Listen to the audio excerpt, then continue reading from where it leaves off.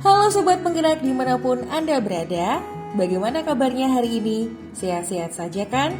Perkenalkan, nama saya Andini Okawi Bayani, salah seorang calon guru penggerak Angkatan 8 dari kota Salatiga, Jawa Tengah. Ada pepatah mengatakan, tak kenal maka tak sayang.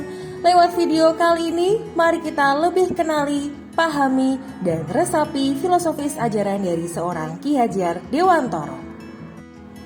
Ki Hajar Dewantoro lahir di kota Yogyakarta tanggal 2 Mei 1889 dengan nama Raden Mas Suwardi Suryaningrat. Bersama dengan Dowes Dekker dan Cipto Mangunkusumo, Ki Hajar Dewantoro mendirikan Indisi Parti dengan tujuan untuk kemerdekaan Indonesia.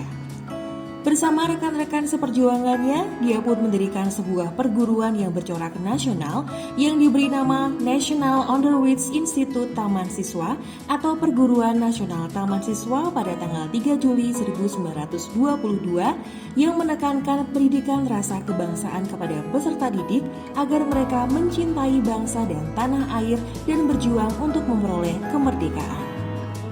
Siapa yang tak kenal dengan tiga semboyan Ki Hajar Dewantoro? Ingar Sosong Tulodo, Ing Matyo Mangunkarso, dan Tutwuri Handayani.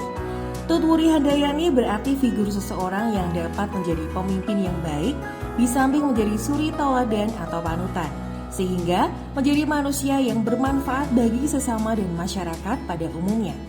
Semboyan Tutwuri Handayani kini menjadi slogan dari Kementerian Pendidikan Nasional Indonesia.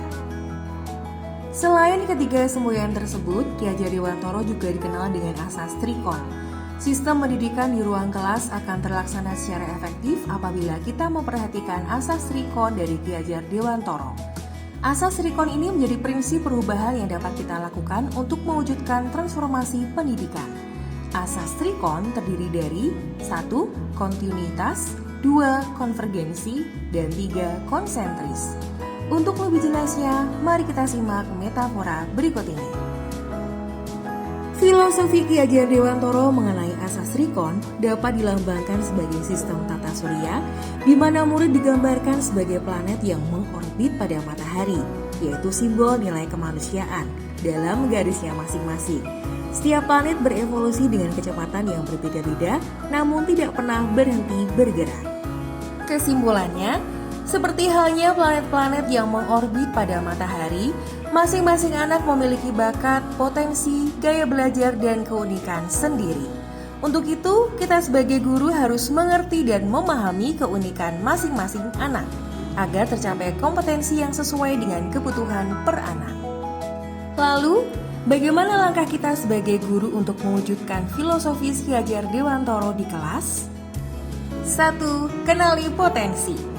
Sobat Penggerak, kita harus ingat dengan teori multiple intelligences dari Howard Gardner yang merupakan jenis pendekatan yang berpusat pada peserta didik di mana pembelajaran disajikan dengan mempertimbangkan jenis kecerdasan dominan yang dimiliki peserta didik sehingga memudahkan peserta didik dalam menerima materi pembelajaran.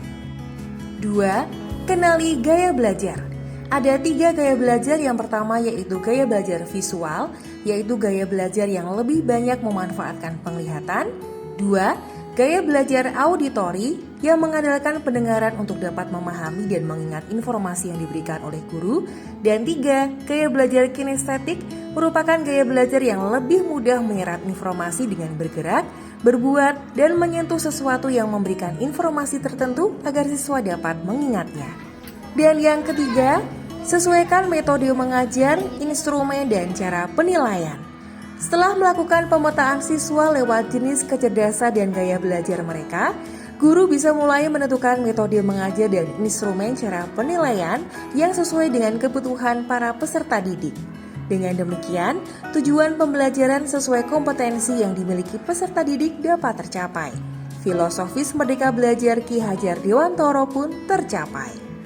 Semoga bermanfaat ya, semua guru, semua murid, salam bahagia, merdeka belajar.